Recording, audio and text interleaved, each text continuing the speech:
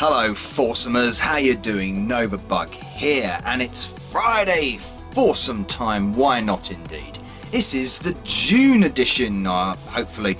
Yes, it's a week later than I would have hoped, but maybe that's for the best. It's in the month of June now, isn't it? So there you go. The PC died, essentially, over the last couple of weeks. I was waiting for the new PC to arrive, and what a fantastic piece of kit it is. Anyway, so, Friday Foursome, the previous episode, we had gaming disappointments. Now, kind of funny, it's, to me, a little bit disappointing that the question didn't do as well as I'd hoped. I really had high hope for it, but we did have some great responses. We had 7 great responses, and those 7 great responses, who I've got on my phone list right here, are Bangkok Ian. Thank you very much, sir, for your lovely response. In the sunshine, down in Bangkok.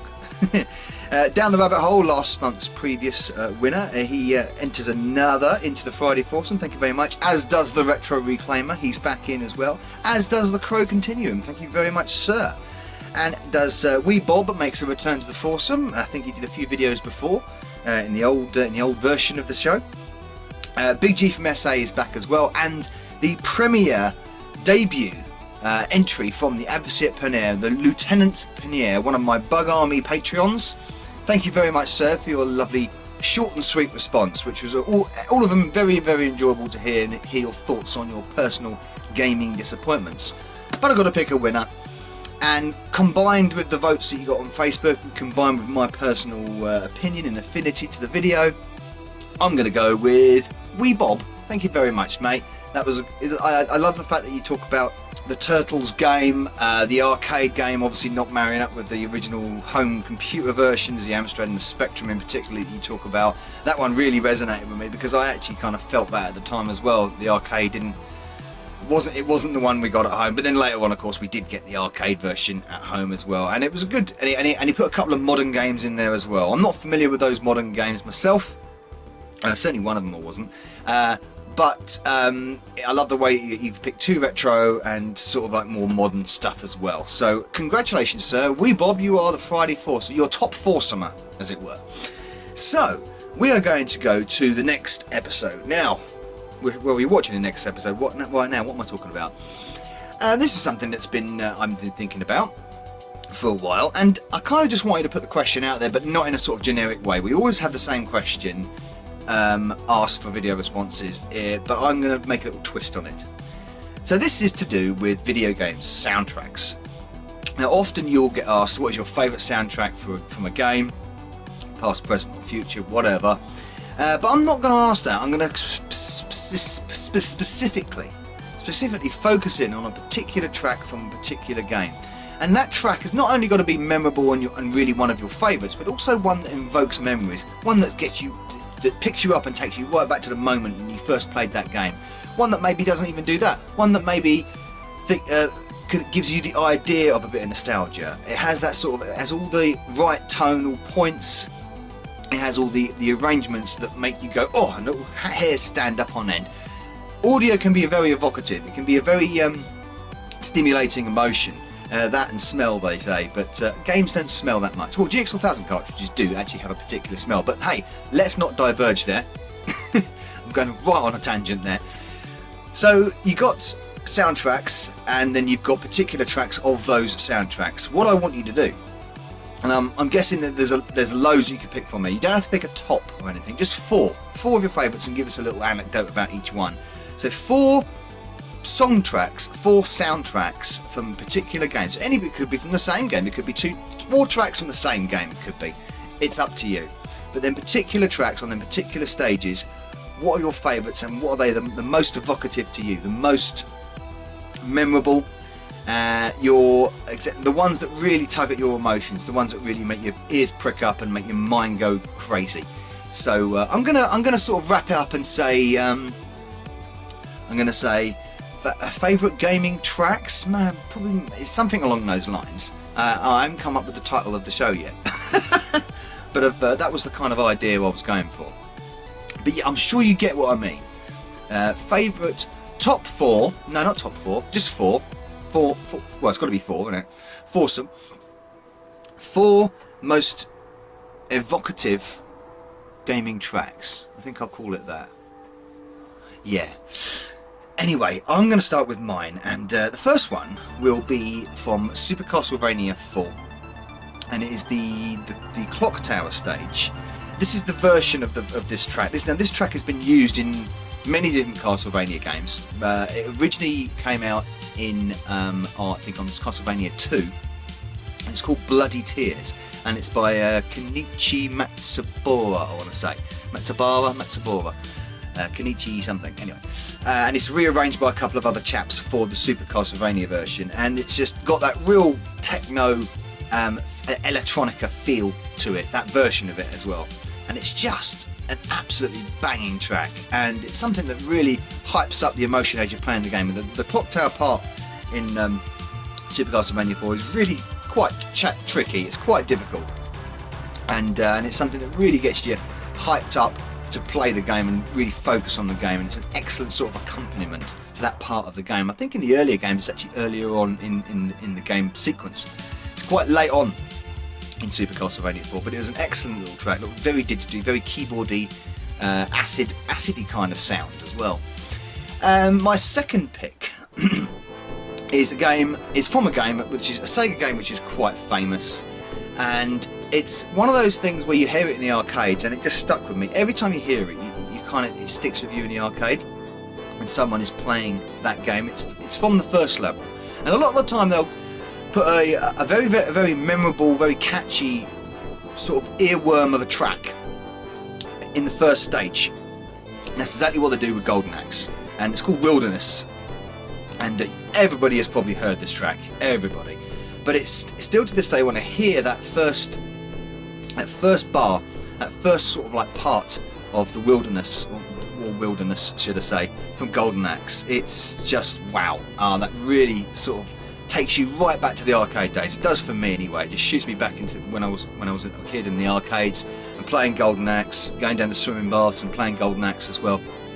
Takes you right back there. I love the fact that they do different versions of it in different games. For instance, there's a version of it in Sonic All-Stars Racing Transformed when you unlock the dwarf and you play the Golden Axe stages. There's a remix version of the Wilderness playing in the background, which is it's a really good version of it. But I'm going to go for the original version, the original arcade or Mega Drive version. I think that was by Mikito Nomya. I can't pronounce Japanese names, I do apologise. Mikito Nomya. I'm going to go Nomya. I sound like a dog eating there, don't I? So yeah, great track that is. My third choice will be from an Amstrad game, or from any 8. It's an 8-bit track. It's a David Whittaker track. Naturally, had to pick a David Whittaker track, and it's the theme from Beyond the Ice Palace. And it's like a movie theme almost. It has this really long, pacey intro.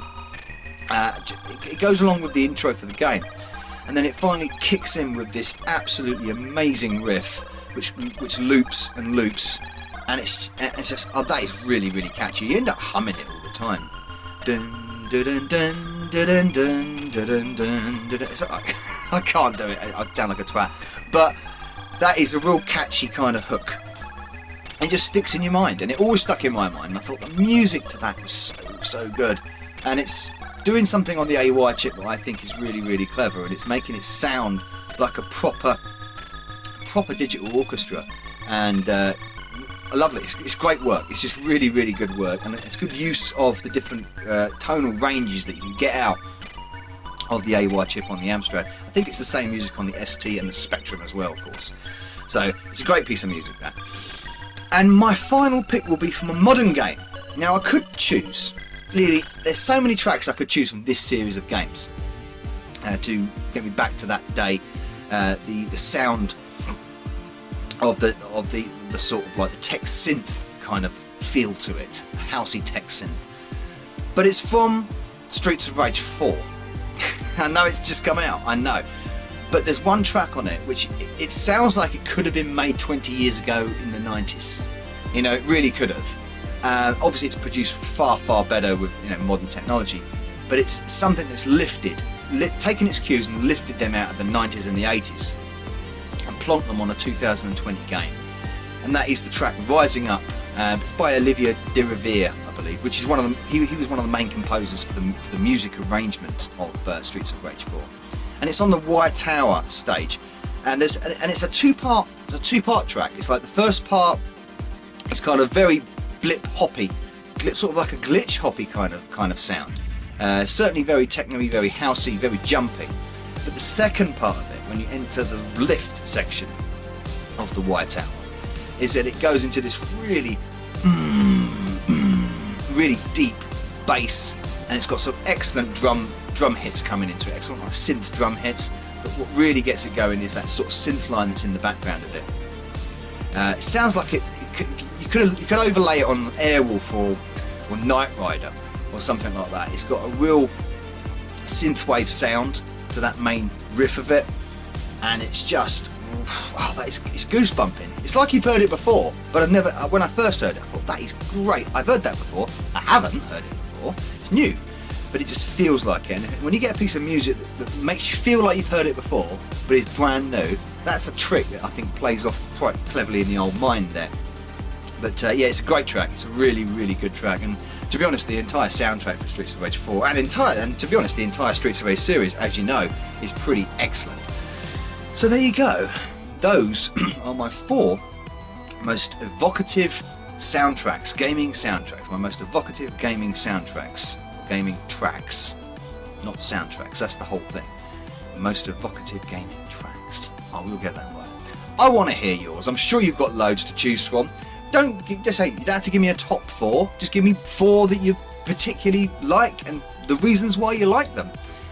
That's what I want to hear. And do whatever you want with it and enjoy the Friday Foursome for June. It's been a warm one, isn't it? It's been a warm couple of weeks outside. So I was going to do it outside, but I could do it outside now actually. Yeah, that kind of works. That kind of works. It's quite warm out here. Yeah, no, not bad. Okay, right. Thank you very much for the Friday Foursome, and I look forward to seeing your video responses. Like I said, let me know when you do a video response. Post it in my Discord. Send me a message on Twitter. Send me a message on Facebook. Either whatever way you want, just let me know that you've done it. And I will post the links obviously in the description box to this very video, and of course on my Facebook group page and my Discord, for you to garner those thumbs up, likes and whatnot, and then we'll chew the card on the next episode and see who is my personal pick out of those vote winners. Thank you very much for watching the Friday Foursome, and I hope you enjoy your foursome. Novabug out. Hey, Novabug here. I do hope you enjoyed this video. Please support the channel by liking and commenting, and of course subscribing if you haven't already done. If you would like to support me further, please consider joining my bug army via Patreon. And also don't forget to follow me over at Facebook, Twitter, BitChute and Twitch. And finally, a very special mention to my bug army generals Sam M, Sweet Nanette and Pete Walker. Thank you everyone for supporting me. Novabug out.